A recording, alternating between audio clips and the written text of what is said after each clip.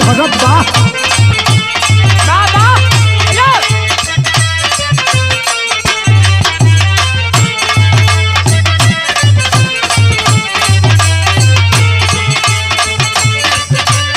क्या बात है, क्या बात है।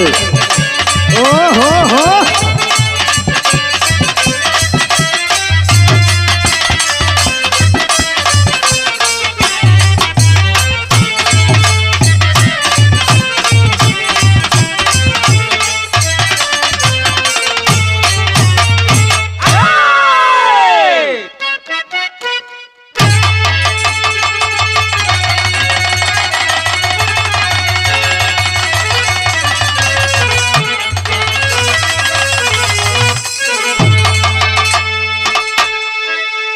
अब सवरिया रे गोइया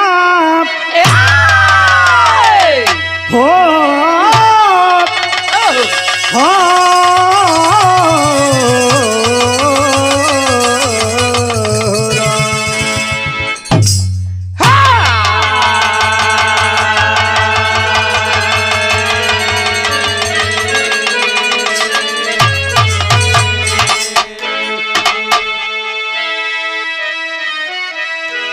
अच्छा बाबूजी, हम भोजपुरी बिरहा गायक संतोष कमल कवि गुरु शरण यादव की बहुत दर्दनाक रचना लेकर आप लोगों के समक्ष प्रस्तुत हुए हैं, जो पूरे देश के लोगों को सोचने के लिए मजबूर कर दिया है। ऐसा कोई दिन नहीं है, ऐसा कोई दिन नहीं आता जिस दिन बेटियों की शोषण की खबर सुनने को ना मिले। ऐसी घटनाओं को सुनकर आज इंसान किस पर भरोसा करे और किस पर ना करे। आइए बहुत सारी शोषित बेटियों की कहानी इस बिरहा के माध्यम से जानते हैं और सुनते हैं। 4 लाइन भूमिका में कवि ने भाव दिया।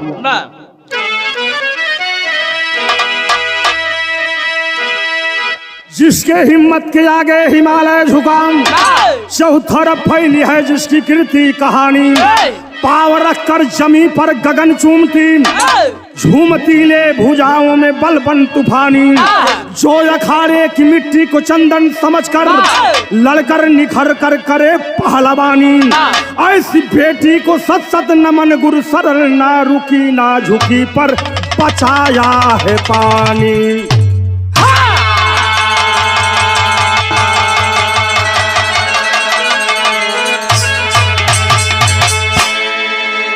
ए भैया, भारत की सड़कों पर वह न्याय के लिए लड़ती रही और आंसू बहाती रही। गुस्से में उसने खेल रत्न और अर्जुन पुरस्कार लौटा दिया। जब ओलंपिक में जाने की बारी आई तो उसे रोकने के लिए साजिश रची गई। डॉक्टरों ने कहा कि आप कुश्ती लड़ना छोड़ दो वरना आपकी जान जा सकती है। साथियों, बेटियों का शोषण आज आए दिन समाज में हो रहा है। कोई कठोर कदम नहीं उठाया जा रहा है।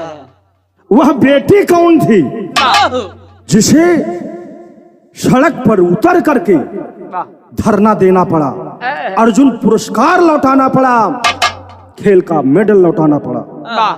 आइए बिरहा के माध्यम से जानते हैं। मास्टर साहब, बिरहा में एक लाइन गीत की इशारा बा, लेकिन गीत का इशारा है कैसे मास्टर? अरे सुना है अब वो मुस्कुराने लगे हैं, सुना है अब वो मुस्कुराने लगे हैं, सुना है अब वो मुस्कुराने लगे हैं। हको अपना जताने लगे हैं,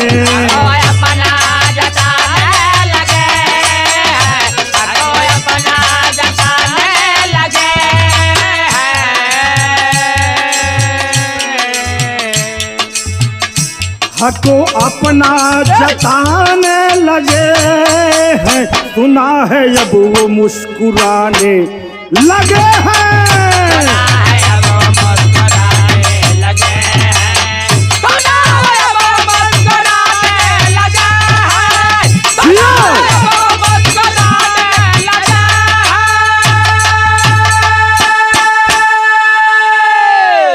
लेकिन ए भैया, नारी को गाथा को कौन कवि लिख सकता है, कौन कलम लिख सकती है? नारी ममता की सागर कही जाती है। कहीं माँ बनकर बाबूजी सृष्टि की रचना कर रही है, कहीं बहन बनकर बाबूजी अपना रोल अदा कर रही है, कहीं पत्नी बनकर अपना रोल अदा कर रही है। कौन कवि लिखेगा, कौन कवि गाएगा? लेकिन कवि गुरु शरण यादव की कलम बता रही है। क्या बता रही है?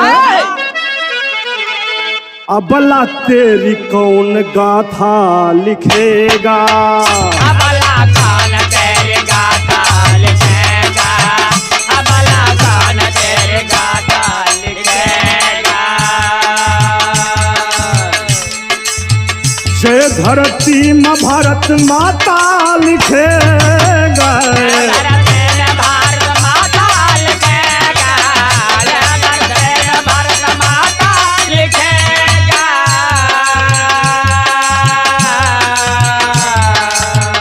जय धरती में भारत माता लिखेगा, अबला तेरी कौन गाथा अरे लिखेगा।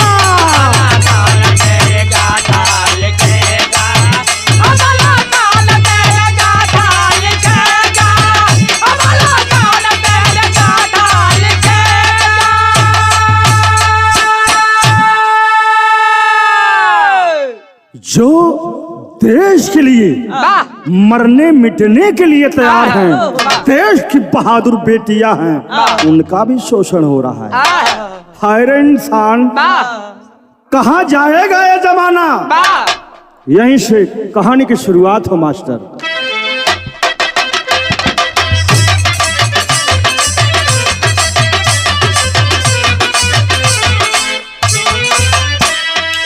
पूरे विश्व में चर्चा ये हर जुबानी है, दिनेश फोगाट की ये कुश्ती की कहानी है।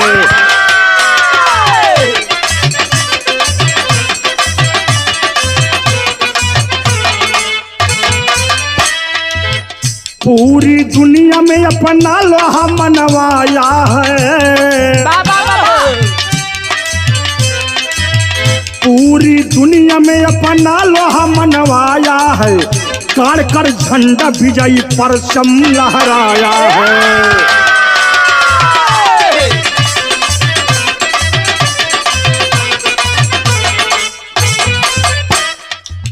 जापान की सुसाकी जो कभी न हारी थी, जापान की सुसाकी जो कभी न हारी थी, विष दंगल में पटक से रनी दहाड़ी थी।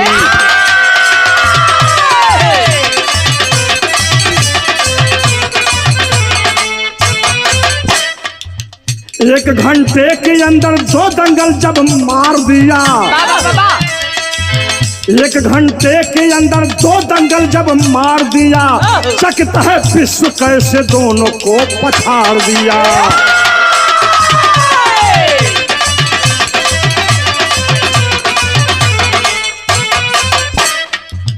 मगर एक खबर से है देश में कोहराम हुआ,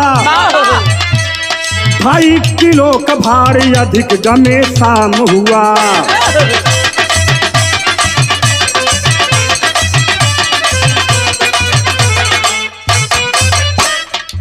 जहां को जीत लिया जो अपनों से हारी है, जहां को जीत लिया जो अपनों से हारी है दोषी कौन इसका प्रश्न सब पे भारी है।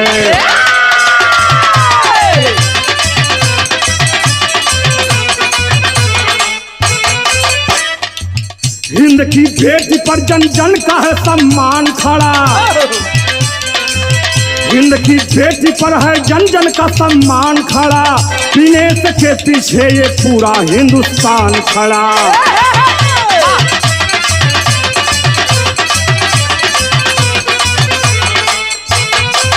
आस विश्वास लेके,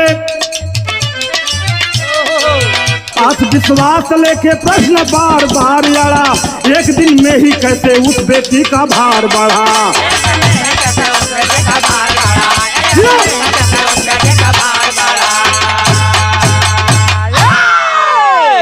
ए भैया वाह आवा एक बार कहानी की समझ ली, आखिर कहानी है कहाँ की। जो पत्रिका, paper, TV, media, social media में उजागर हुई, वाह चर्चा का विषय बना, लोगों को सोचने के लिए मजबूर कर दिया, वाह है कहानी कहाँ की।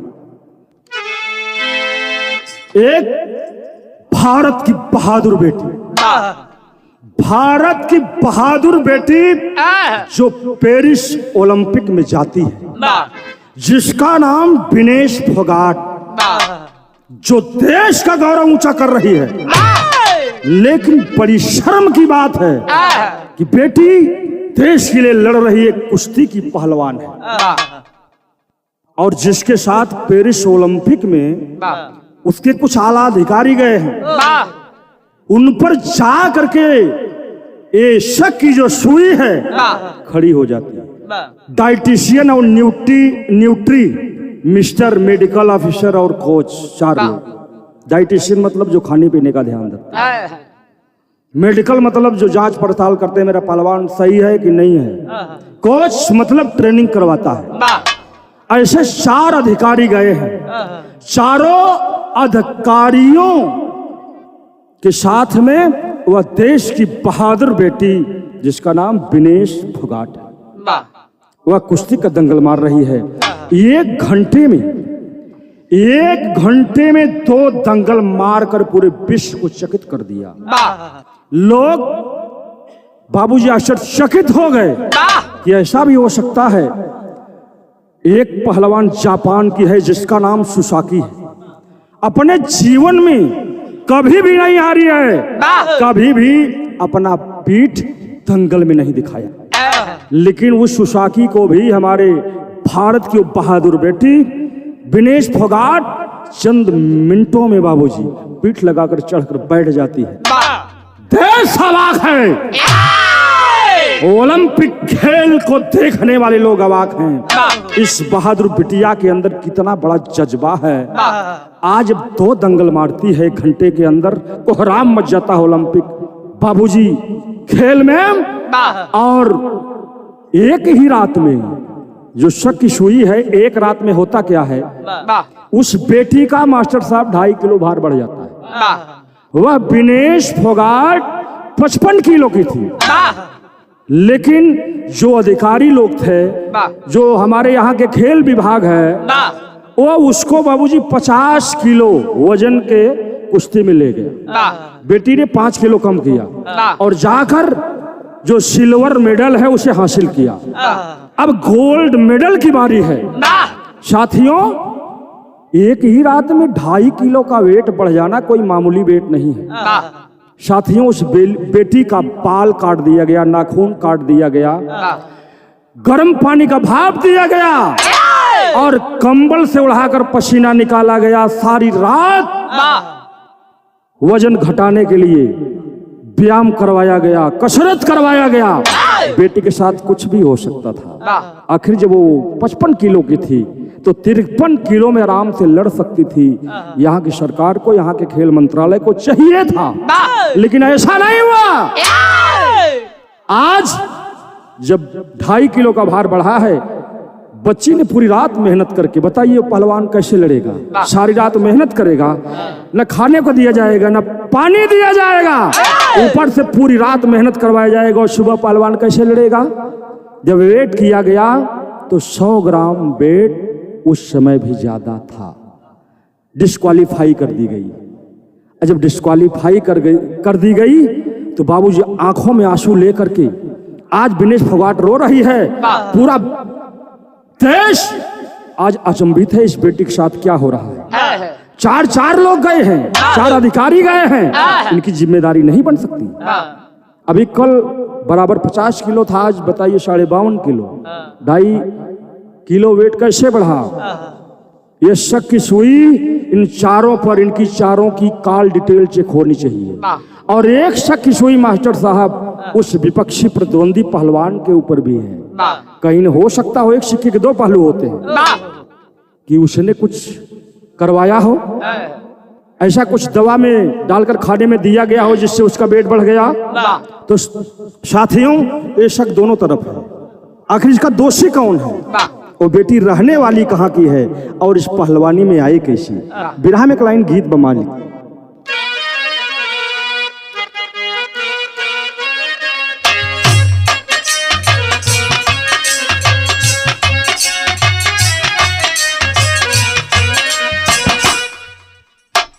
पंत हरियाणा पावन जहाँ के धरतिया हो, जहाँ के धरतिया घर घर में होले पहलवान रहे राजपाल महावीर वीरनावा, महावीर वीरनावा सबही करता बगुमान जी। दुइनो भाइन के बीचे रही पाँच बिटिया हो, रही पाँच बिटिया माई बाबू के बन के ऋतु प्रियंका बबीता गीता दुलारी हो, गीता दुलारी हो बीने सबके मान जी। ए भैया आइए इस कहानी पर नजर डालते हैं, कहानी को समझते हैं। बहादुर बेटी किस जगह की रहने वाली है, इनके माता पिता का क्या नाम है? तो साथियों, नाम विनेश फोगाट, जिनका जन्म 25 अगस्त 1994 में हुआ। जन्म स्थान बलाली हरियाणा। हर घर घर में पहलवान होता है, चाहे बिटिया हो चाहे बेटवा। पिता का नाम राजपाल सिंह फोगाट, माता का नाम प्रेम लता फोगाट और भाई का नाम हरविंदर फोगाट, बहन प्रियंका और ऋतु। दो बहनें और हैं साथियों, जो उनके बड़े पिता, उनके ताऊ, हरियाणा में बड़े पिता को ताऊ कहा जाता है। महावीर सिंह की दो बेटी हैं, जिनका नाम बाबूजी बताया गया, बबीता और गीता और प्रियंका। ये 5 बहनें दोनों भाइयों के बीच में हैं। एक हरा भरा परिवार है और ये जो बेटियां हैं कोई ऐसे परिवार से नहीं है मास्टर साहब। इनके जो पूर्वज हैं वो भी पहलवान हैं।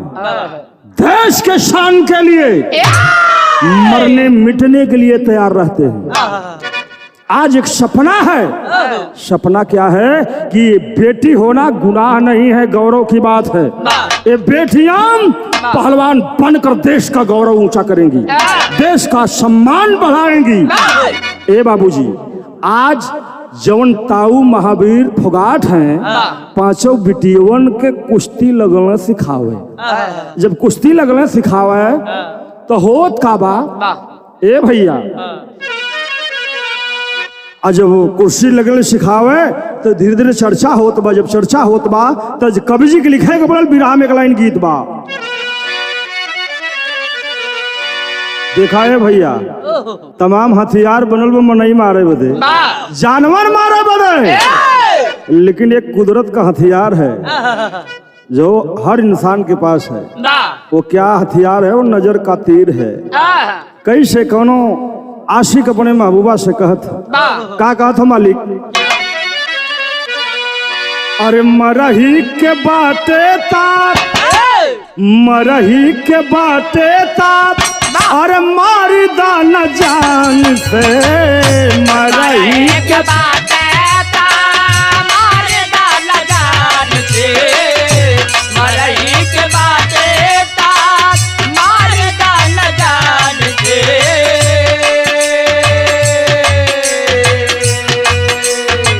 मरही के बाटे ताप, मारी दाना जान से।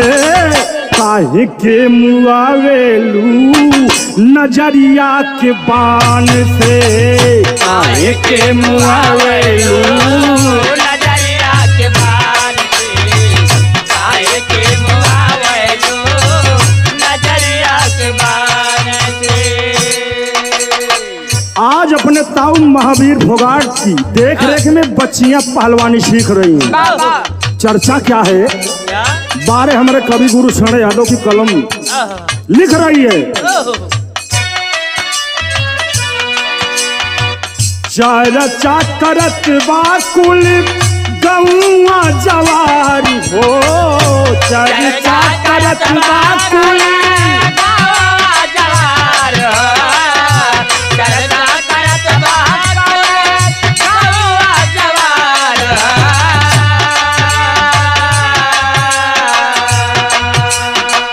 चर्चा करत बा कुल गौआ जवार हो, यही बेटी करी हैं एक दिन घर उजियारू हो, यही बेटी करी हैं एक दिन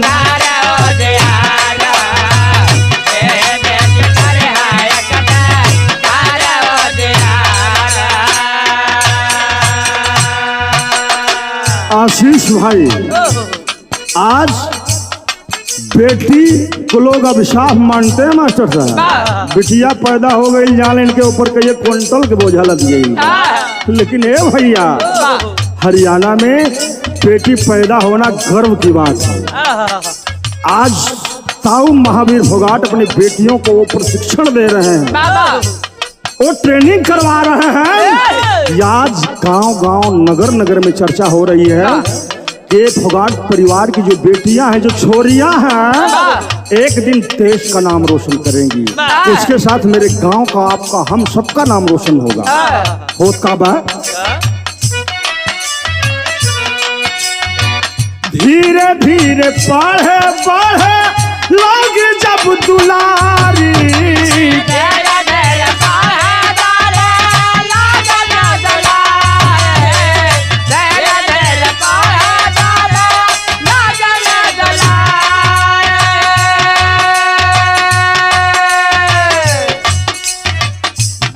राजपाल गए स्वर्ग सिधारी, बाबा राजपाल गए स्वर्ग सिधारे, बाबा राजपाल गए स्वर्ग सिधारे,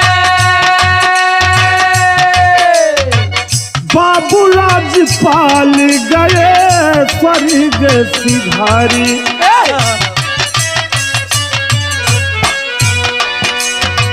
बाबू से निपट के बेटी रोवे या सुधार हो, बाबू से निपट के बेटी रोवे या सुधार, बाबा से निपट के बेटी रोवे या सुधार,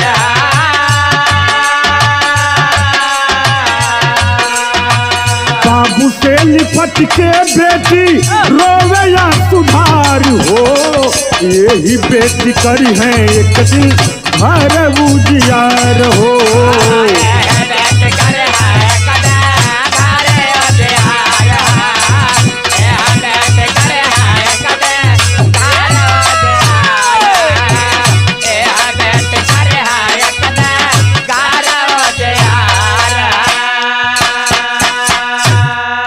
साथियों, बेटियां पढ़ रही हैं और बढ़ रही हैं। इधर शिक्षा भी ग्रहण कर रहे हैं, उधर पहलवानी की भी शिक्षा ले रहे हैं। हर गांव नगर में चर्चा है, ये बेटियां एक दिन नाम रोशन करेंगी। और जो विनेश फोगाट के पिता हैं, राजपाल फोगाट, वो हरियाणा रोज बेड में कार्यरत है। 18 अक्टूबर 2003 को गोली मारकर उनकी हत्या कर दी जाए। आज दुख के माहौल में ये बाबू पत्नी रोते भैया। आज पांचों बिटिया, बड़के भाई के और छोटके भाई के पांचों बिटिया आज लिपट के रोवत हैं ये बाबू कि ये बाबू तू चल गईला, हमार सबके देख रेख के करी, के पढ़ाई, के खियाई, के लड़ाई। लेकिन जाने वाले को साथी कोई रोक नहीं पाता है। आज बाबूजी धीरे धीरे पूरा परिवार शोक के सागर में डूब जाता है। लेकिन समय बड़ा बलवान होता है, समय बड़ा बलवान होता है साथियों। दुख से उभरने के लिए काफी टाइम लगा, लेकिन जब टाइम निकल गया दुख का, अच्छा समय आया। जो उनके ताऊ हैं, बड़े पिता हैं महावीर फोगाट, बाबूजी आज बेटियों को बुलाकर, पांचों बेटियों को बुलाकर कहते हैं, बेटी समय सबका आता है, जाने वाले को कोई रोक नहीं सकता। तुम्हारा पिता तो चला गया, लेकिन मैं तुम्हारा पिता भी जिंदा हूं, तुम्हारा ताऊ जिंदा है। चिंता मत करो, निराश मत हो, निराश मत हो बेटी।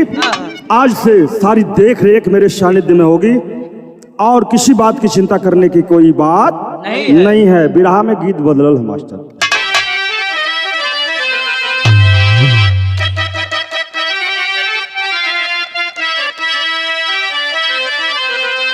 ए भैया, चाहे धाने कटवाई आवे चाहे गेहूं के, जब शुरू होला मास्टर ने तो खेते खेते जवन बना वो कंगन चूड़ी खनकत है। और यही के दृश्य देख के हमारे कवि गुरु शरण यादव लिखत हैं। का लिखत हैं? अरे खनक जाल हो रात चूड़ी कंगनवा,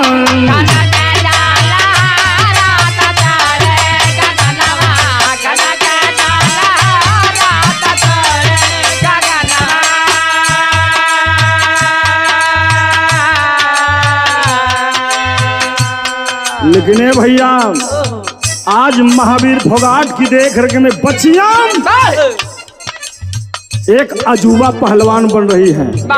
जब चर्चा चला है 10-20 दंगल मरली है बिटिया, तो होत का बा? अरे बिने सभैली हो भारत देश के दुलारी,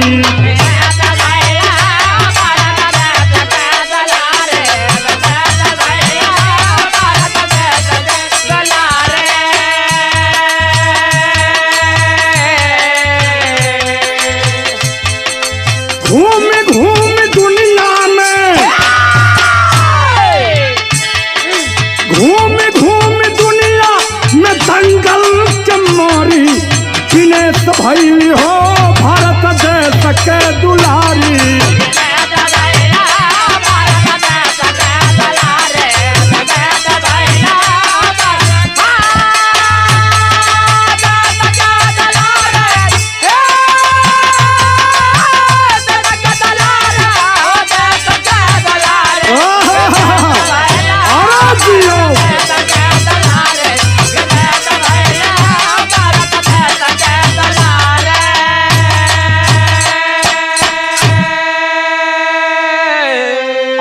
घूम घूम करके प्रदेश स्तर में कुश्ती का डंका बजाते हैं। कुश्ती का डंका एक बेटी जो घर में चूल्हा चौका का काम करती है, आज जा करके दंगल में झंडा गाड़ दिया है। चारों तरफ चर्चा है विनेश फोगाट की। पांचों बहनों में जो विनेश फोगाट है उसकी जो प्रतिभा है वो बड़ी उज्जवल है। और उज्जवल प्रतिभा लेकर जब दंगल मार रही है तो साथियों होता क्या है? 14, 18, 22 में स्वयं जीता,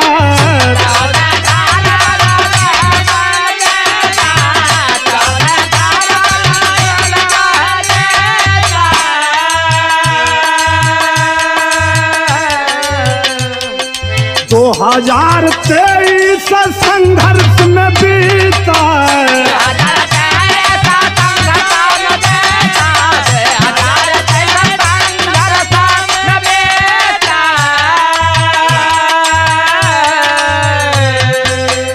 अरे ब्रजभूषण ऊपर अरे लगल दोष भोरी, और विनेश भैली हो भारत देश का दुलारी।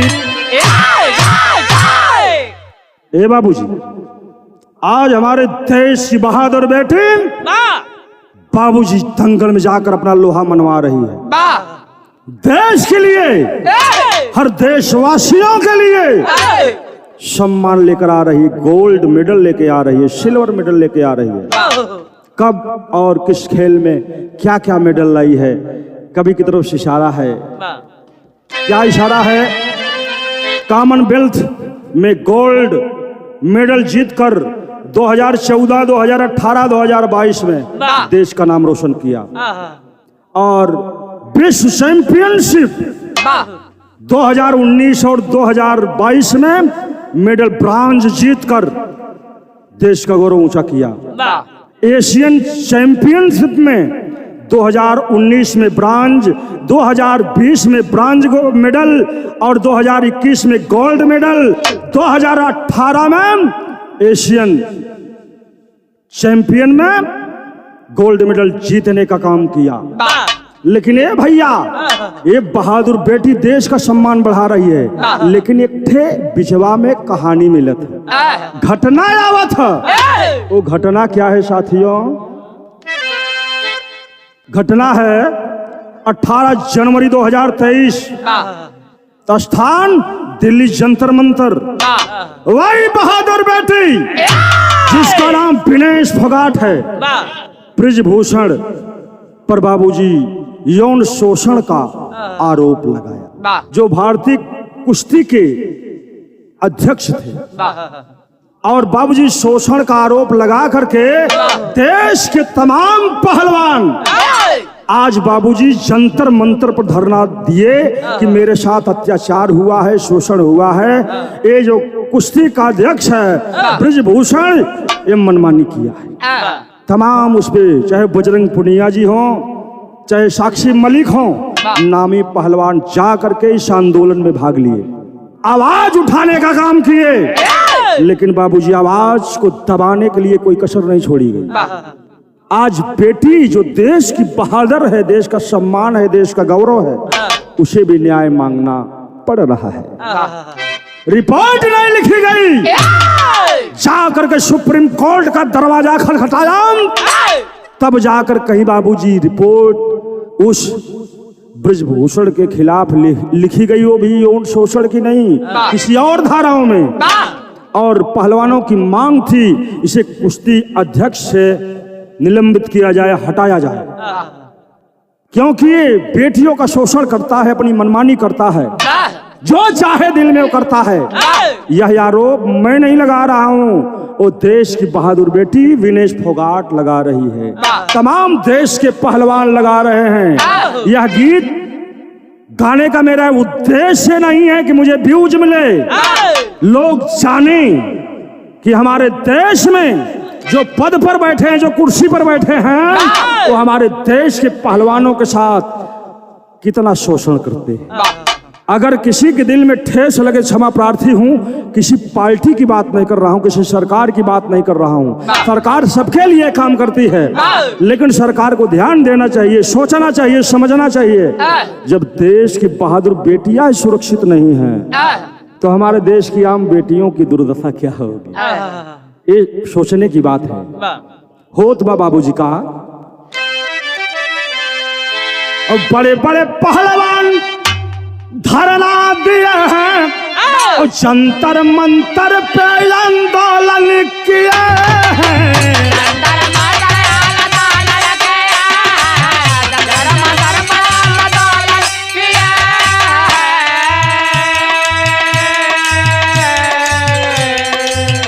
और कानून रोला,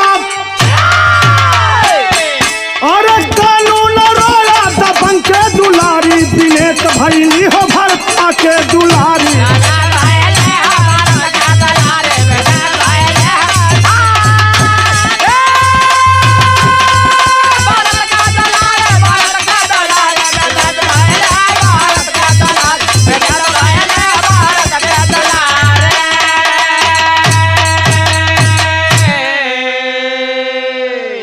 ए बाबूजी, आज साथियों मैंने पहले बता दिया था, उस बेटी के साथ जितने भी पहलवान थे और विपक्ष के नेता भी थे कि इन्हें कुर्सी से हटाया जाए, कुश्ती के अध्यक्षता छीन ली जाए, पद से हटाया जाए, इस बेटी को न्याय मिले।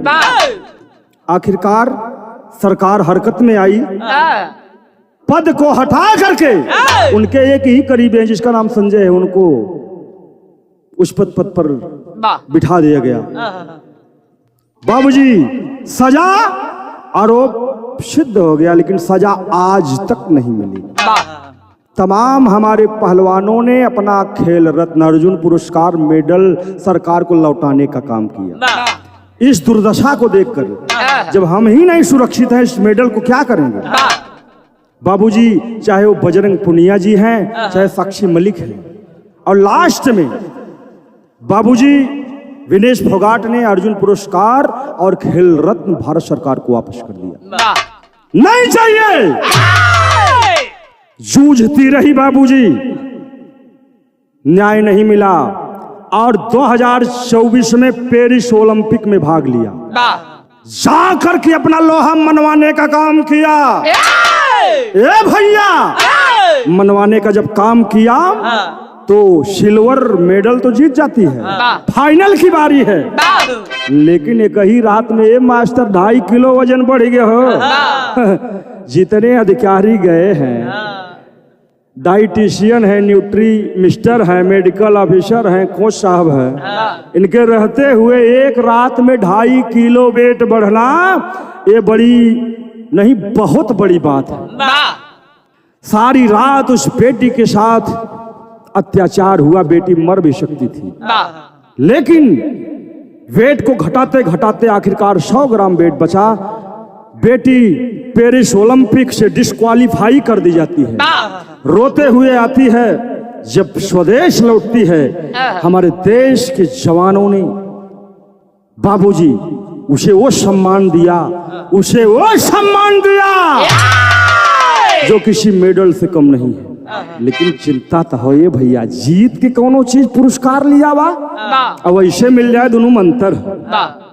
अगर आज वो मेडल जीत कर लाती तो देश का गौरव और हम लोगों का गौरव और होता, लेकिन ऐसा नहीं हुआ।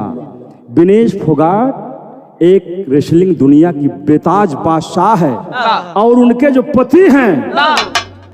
पति हैं उनका नाम मैं आपको बताना चाहूंगा, सोमवीर राठी। वो भी पहलवान, शादी 2018 में दादरी में हुई। 7 फेरा दुनिया लेती है मास्टर साहब, वो पति पत्नी 8 फेरा लिए। लोगों ने पूछा भैया दुनिया 7 ले तो तू कहीं 8 ले था?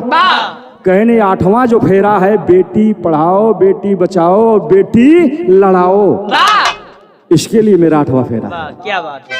बारे बाबूजी, ऐसे पहलवान को मैं सलूट करता हूँ। कवि गुरुशरण यादव की लेखनी को सलूट करता हूँ। बाबूजी, ऐसी हमारी विनेश फोगाट है। स्वदेश आने के बाद प्रधानमंत्री जी ने सांत्वना दिया, आप चैंपियन से भी चैंपियन है, देश आपके साथ है, लेकिन कहने से प्रधानमंत्री जी काम नहीं चलेगा। इसकी जांच होनी चाहिए, इन चारों की कॉल डिटेल की जांच होनी चाहिए। और जो विपक्षी पहलवान है उस पर भी शक की सुई है। आदमी जीतने के लिए बहुत कुछ कर देता है, कुछ न कुछ खिला पिला दिया हो, बेटी का भार बढ़ गया हो, बेटी डिस्क्वालीफाई कर दी गई हो, तो शक की सुई एक सिक्के के 2 पहलू है, दोनों तरफ है। इसका निष्पक्ष न्याय होना चाहिए। बेटियों का शोषण बंद नहीं हो रहा है। तो एक बहादुर बेटी जो अंतरराष्ट्रीय बेटी है, उसकी कहानी है। बाबूजी, आज उस बेटी को न्याय मिलना चाहिए। मेरा सरकार से, खेल मंत्रालय से, चाहे वो विश्व खेल मंत्रालय हो, चाहे हमारा देश का खेल मंत्रालय हो, करबद्ध निवेदन है, हाथ जोड़ के निहोरा बा कि वो बिटिया के न्याय मिले के चाहिए। जो उसके साथ अगर गलत हुआ है तो दोषी को सजा मिलनी चाहिए, अगर नहीं हुआ है तो नई सजा मिलनी चाहिए। लेकिन साथियों, अथक प्रयास करके हमारे देश के, चाहे वो बेटा हो बेटी हो, खेल में अपना भाग लेते हैं और जा करके देश का गौरव बढ़ाने का काम करते हैं। अगर उनके सपनों पर ऐसे ही पानी फिरता रहेगा तो मनोबल टूट जाएगा। कोई बाप अपनी बेटी को पहलवानी खेल में डालने का निर्णय नहीं लेगा। इसलिए पुनः मेरी विनती है, उस बेटी को न्याय मिलना चाहिए और यही मेरी